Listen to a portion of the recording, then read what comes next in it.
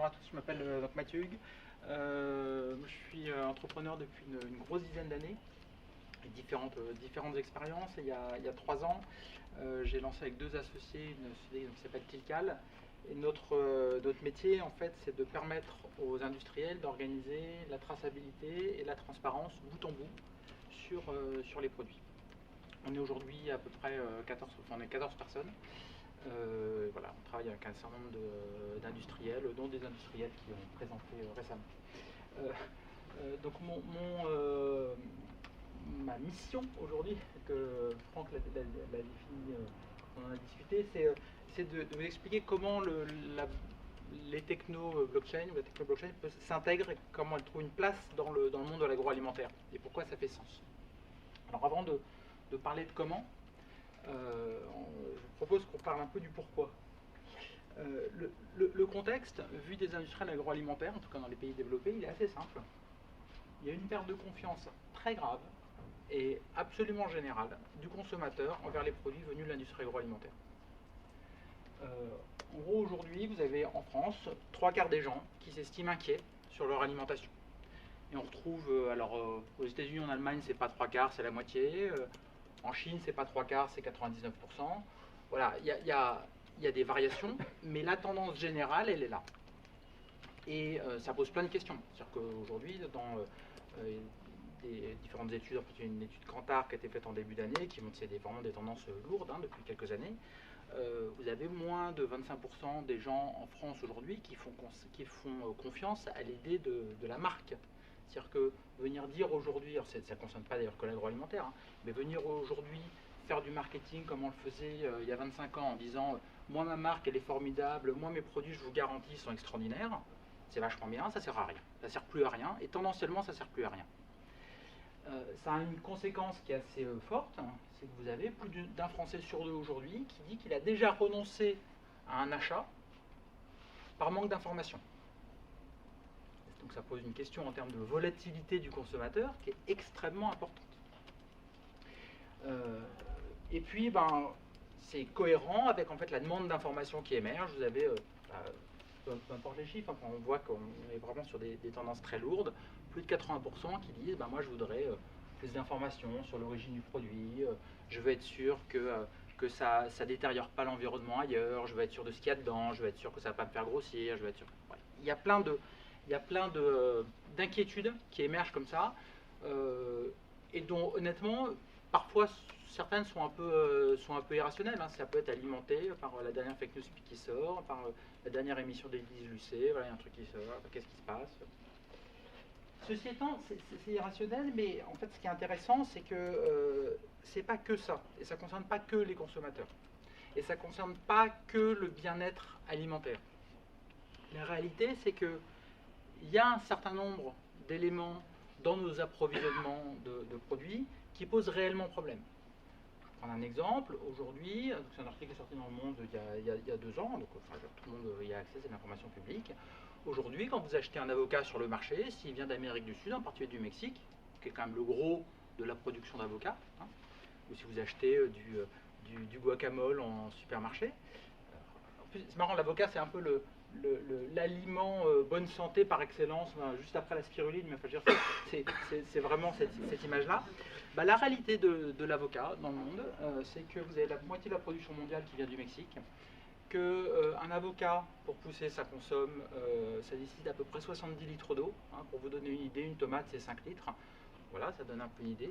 Que donc ça participe à de l'assèchement extrêmement grave de certaines zones du Mexique, mais que par ailleurs, comme c'est un marché en croissance très forte, qui en volume et en valeur croît de plus de 20% depuis 5-6 ans, c'est un marché dont plus de la moitié au Mexique a été accaparé par les cartels de drogue. Donc aujourd'hui, quand vous achetez du guacamole en supermarché, vous avez une bonne chance de financer des cartels de drogue. On a le droit de vouloir le faire, c'est pas un problème, mais on a le droit aussi de vouloir être informé sur ça. De la même façon, quand vous avez 70% de la production mondiale de noisettes provient de Turquie. Tous les industriels qui utilisent de la noisette savent qu'en Turquie, une grosse partie du ramassage est faite par des enfants. On a le droit de vouloir savoir, quand on achète du Nutella, si on est en train de faire, pour ses enfants, si on est en train de faire travailler d'autres enfants en Turquie. Et bonus, depuis quelque temps, il y a des certains journaux qui expliquent qu'il n'y a pas que des enfants, il y a aussi des réfugiés de guerre syriens qui sont mis à contribution dans des conditions proches de l'esclavage. C'est extraordinaire. Encore une fois, on a le droit de savoir, et ces choses-là montrent qu'il y a des dysfonctionnements qui sont assez profonds et qui vont en fait au-delà juste de notre bien-être alimentaire. Et juste pour sortir du secteur agroalimentaire, parce qu'il faut, je cherche absolument pas à pointer du doigt ce secteur, on est face à des problèmes qui sont généraux. Il y a un truc qui est assez intéressant. Il y a quelques semaines, il y a le LME. Le LME, c'est le London Metal Exchange, qui a expliqué qu'à échéance 2022, ils demandent à toutes les boîtes listées chez eux de donner de l'information transparente sur l'origine des métaux qui sont tradés au LME. C'est la plus grosse bourse de métaux au monde. Et le LME dit, en 2024, les sociétés qui ne seront pas conformes aux réglementations de l'OCDE en termes de transparence, on se donnera le droit de les délister. Donc là, vous avez un acteur de l'infrastructure économique, de l'infrastructure capitaliste, qui dit en 2024, dans 5 ans, c'est demain, hein, vous voulez acheter ou vendre des métaux chez nous. Si vous n'êtes pas totalement transparent sur leur origine, en gros, on vous tire une balle dans la tête. C'est assez intéressant en termes de position. On n'est plus du tout sur le consommateur qui est inquiet, on est sur l'infrastructure économique qui commence à réagir. Et pourquoi? C'est assez simple, hein, je fais assez court. Il y a un certain nombre de métaux, c'est le cas du tungstène, du tantal, c'est le cas du cobalt, etc., qui sont massivement sourcés dans des zones conflictuelles, en particulier en République démocratique du Congo, dont on sait parfaitement que leur achat finance des groupes armés, finance Al-Qaïda, finance le IS. Il y a des rapports d'Europol et des rapports de la DGSE là-dessus. Enfin, il y a pas de, c'est de l'information qui est quasi publique. Or, ces métaux sont au cœur de la totalité de nos appareils électroniques, de toutes nos batteries, toutes nos voitures, toutes nos caméras. Encore une fois, on peut se poser la question de savoir si on veut, quand on achète son iPhone ou sa caméra, aller financer des groupes armés en Afrique. Voilà la nature du problème. Et en fait, le fond de ce qui se passe quand on creuse ça, c'est en fait on a progressivement perdu le contrôle sur nos chaînes d'approvisionnement. Pourquoi? Parce qu'elles se sont étendues depuis une vingtaine d'années.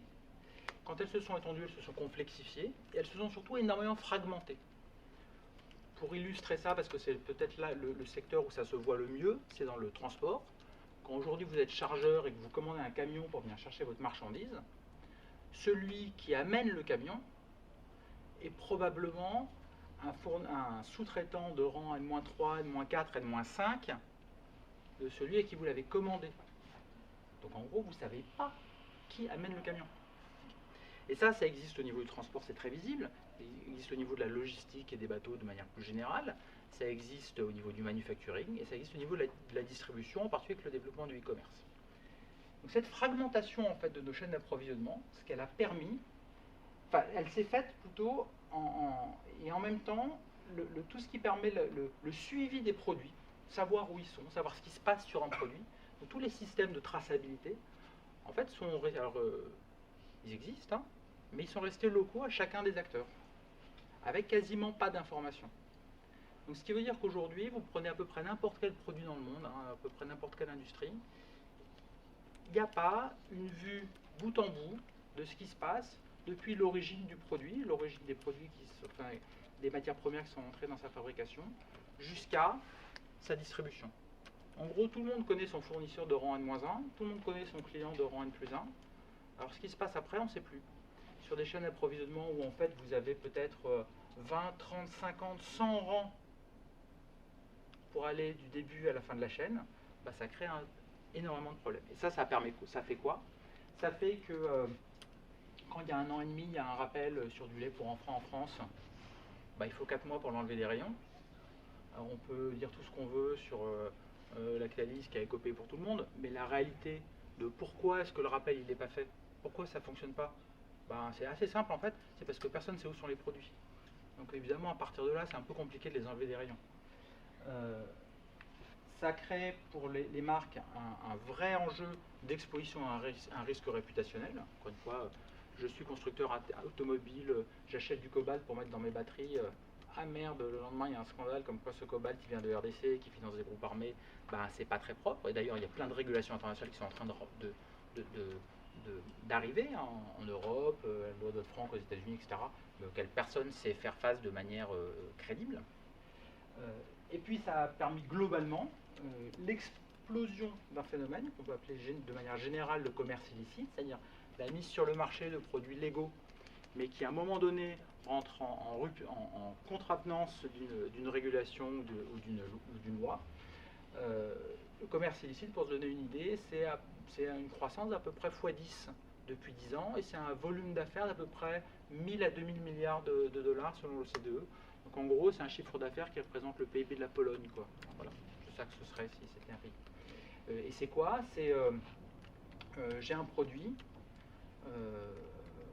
que j'expédie au hasard en Chine, à un grossiste qui est censé vendre ça dans le nord de la Chine. Et puis ce grossiste, lui, en fait, il se rend compte que s'il vendait mon produit en Birmanie, bah, il ferait une meilleure marge. Bah, il réexpédie tout en Birmanie. Alors ça, c'est vachement embêtant parce que ça crée quand même, d'abord, ça crée un peu le bordel sur mon marché chinois. Il manque des produits, donc ça crée un appel d'air pour de la contrefaçon. Potentiellement, ça m'expose à des sanctions américaines parce que j'ai pas le droit de vendre en Birmanie. Alors évidemment, c'est embêtant. Et puis si c'est un marché sur lequel en fait je vends, ça désorganise complètement ma vente locale. C'est des phénomènes qui sont absolument massifs, qui concernent tous les industriels et qui sont quasi quotidiens, aussi incroyable que ça puisse paraître.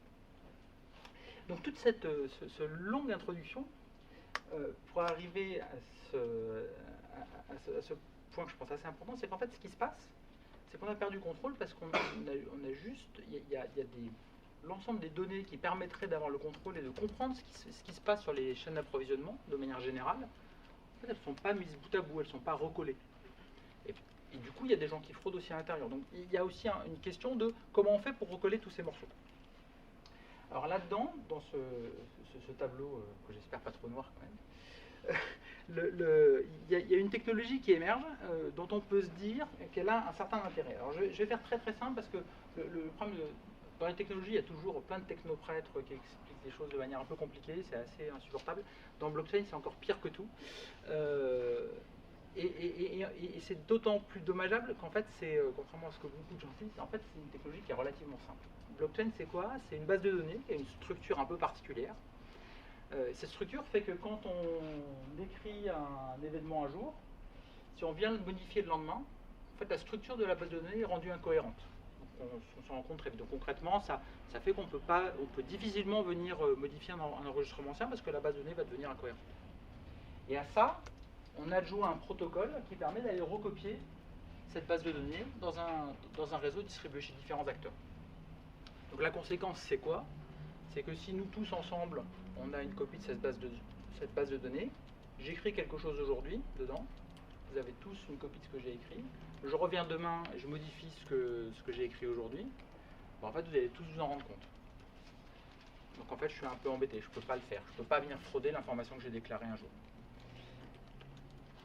Ça crée en fait la base pour organiser entre des acteurs différents, qui ne se connaissent pas forcément, en tout cas qui n'ont pas de convergence d'intérêts, qui ne vont pas se mettre d'accord. Ça crée la base pour pouvoir à la fois partager de l'information, mais la partager d'une manière qui soit auditable et qui puisse avoir valeur de preuve demain. Donc ça permet de la partager d'une manière qui est responsabilisante. Tout ça a une condition, j'insiste bien là-dessus, c'est que l'information doit être distribuée. C'est le fait même qu'elle est distribuée, associée à la structure de la base, qui fait qu'on bénéficie de ses propriétés. J'insiste là-dessus parce qu'il y a plein de gens qui parlent de blockchain, il y a plein de gens qui font des offres, par exemple, vous avez des offres de blockchain et de services. J'ai une blockchain chez moi et je vous donne juste une API pour que vous venez l'utiliser, vous inquiétez pas. Concrètement, ça ne veut rien dire. S'il n'y a pas un réseau derrière qui permet de distribuer l'information, si vous avez un acteur qui a tout, bah, ça ne sert à rien. Il faut être assez clair là-dessus. Mais si vous avez effectivement la gouvernance adaptée, un réseau qui est distribué, alors on bénéficie d'une propriété qu'aujourd'hui on ne sait pas atteindre autrement. C'est je partage une information, elle est auditable, et il n'y a personne qui contrôle en fait l'information pour tout le monde. C'est un contrôle qui est partagé entre différents acteurs. Ce qui, dans un contexte économique d'échange d'informations entre des entreprises, est extrêmement important. Si on se met à échanger de l'information entre fournisseurs et clients, ben, ça va être très difficile de le faire en donnant la totalité des informations de la chaîne d'approvisionnement à un seul acteur.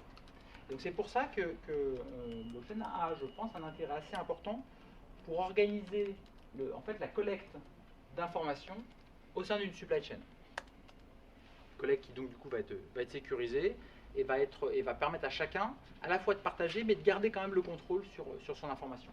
Et à partir de là, ça c'est notre métier, notre vision de la chose, il peut y avoir d'autres acteurs qui font différemment. Nous, ce qu'on en fait, c'est quoi? C'est on dit, on a donc un réseau de collecte d'informations. Une fois qu'on a collecté cette information sur la chaîne, on va remettre les différents morceaux bout à bout pour essayer de construire une vue de comment s'est déroulée la supply chain dans la vraie vie. Du coup, comparer ça à un mode nominal, est-ce qu'il y a des choses qui sont anormales, est-ce qu'on voit, est-ce qu'il y a des temps entre deux étapes qui sont trop longs, enfin peu importe la nature de l'information qu'on veut vérifier.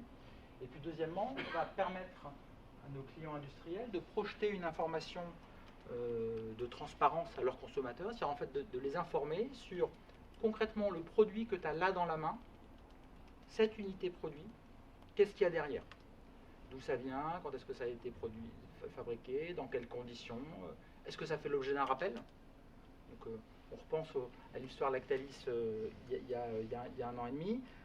J'ai une boîte de lait pour enfants chez moi. J'entends à la radio qu'il y a un rappel sur ce lait. Qu'est-ce que je fais? Là, l'idée, c'est de permettre à tout un chacun, avec son téléphone, de scanner en gros un QR code sur la boîte et de savoir en temps réel, cette boîte, tu peux la donner à manger à ton gosse, il n'y a pas de problème, ça ne fait pas l'objet du rappel, ou cette boîte, elle fait l'objet du rappel, il faut la foutre à la poubelle. Un certain intérêt dans ce genre de prise.